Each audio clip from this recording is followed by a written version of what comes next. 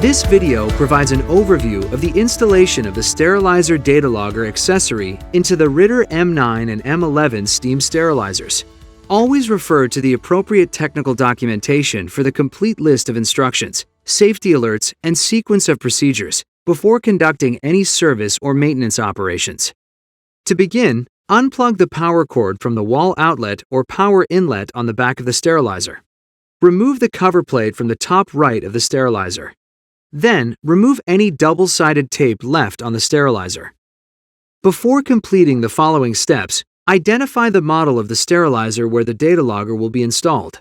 If you have a 02X or 03X model sterilizer, consult the data logger user manual for further installation instructions. If you have a 04X model sterilizer, proceed to step 4.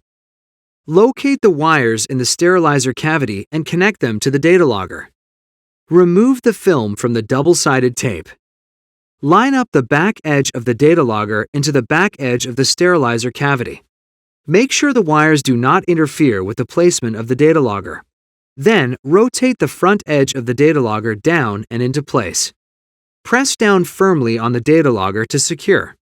Plug the sterilizer cord into the wall outlet and the power inlet on the back of the sterilizer. Record the serial numbers of the sterilizer and data logger. You may access the data logger registration webpage at this address. Complete the data logger registration form on the webpage to obtain an unlock code for the data logger. The code will be sent to you via email. Once you have the unlock code, you may choose to continue the data logger setup using either a manual or online method. This concludes the Sterilizer Data Logger installation video. For more information about registering your device, please see the Sterilizer Data Logger registration video. For more detailed information about your device, please refer to the Sterilizer Data Logger user manual.